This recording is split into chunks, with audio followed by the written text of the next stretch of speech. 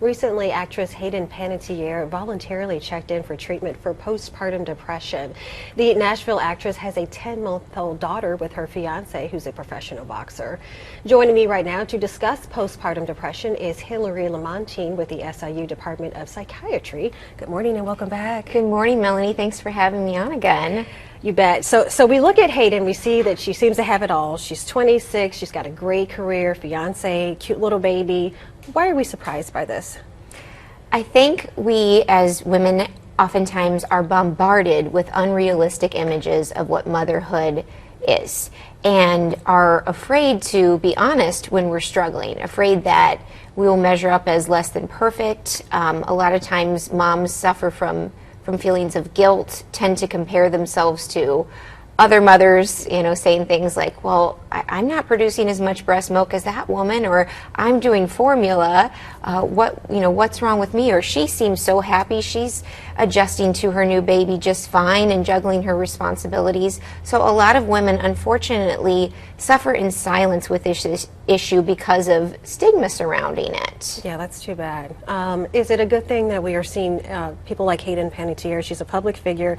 Is it a good thing that she's coming out and saying that she's struggling with this? Absolutely. That takes tremendous courage. I'm so proud of her and celebrities like her, like Brooke Shields. Brooke Shields published a fabulous book a few years ago, as I'm sure you're aware, called Down Came the Rain, in which she described her battle with postpartum depression. Mm-hmm. And that was a lifesaver for me.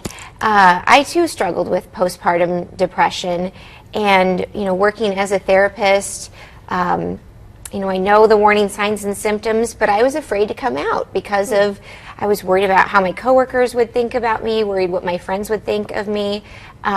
Fortunately, I got the help that I needed, but I was rather quiet about it among my group of new mom friends because I sort of had this internal competition going on where I was comparing myself to them and somehow thought I wasn't measuring up and wasn't being, the perfect mom to my son, even though, I was bonding with him and providing for his needs. And I think that leads us to another important point, that postpartum depression can take many forms. It's more of a spectrum disorder. And Hayden Panettiere did an excellent job explaining that on her recent interview with on the Kelly and Michael show. Mm-hmm. Because it's not only depression, but oftentimes women have intense anxiety or irritability. And I was on the spectrum where I was struggling with that intense anxiety. Mm-hmm. and irritability with it, and then would go to work or go out with friends with my child in public and put on this mask that everything was okay because I was so concerned about being judged. And I feel compelled to speak out now. I wish I would have been brave enough to have done it sooner. Mm-hmm. How long ago was it when you were? My son is now 5.5. Okay, so it was a little while ago. Mm-hmm. And we see that Hayden has a 10-month-old baby. Yes. How long can a woman struggle with this? That's an excellent question.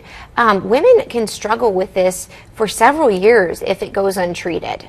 Wow.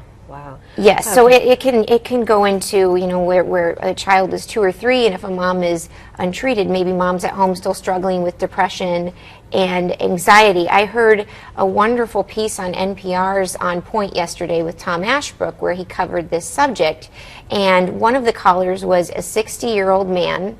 And he said, while I understand depression from a biological standpoint, I still have a lot of resentment towards my mother because I was 3 years old and she didn't take care of me. And if not for my aunts, I would have sat in my own feces and I wouldn't have been fed. And I've been in therapy my entire adult life. Mm-hmm. So, I suspect in that case, this gentleman's 60 and resources then, are fewer than they are now. And stigma, of course, was worse.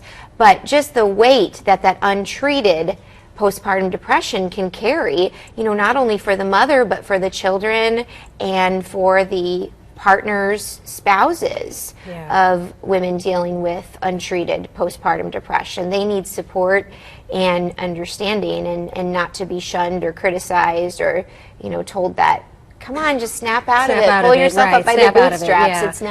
It's not a matter that that's that simple. Right, exactly. Well, Hillary, thank you so much for coming on the show. You're quite welcome. Yeah, sharing your story. And, you know, if anyone out there is watching and they're struggling with postpartum depression, you can call over to SIU. That number is 217-545-8000. So, Hillary, we'll see you again soon. Thank you, Melanie.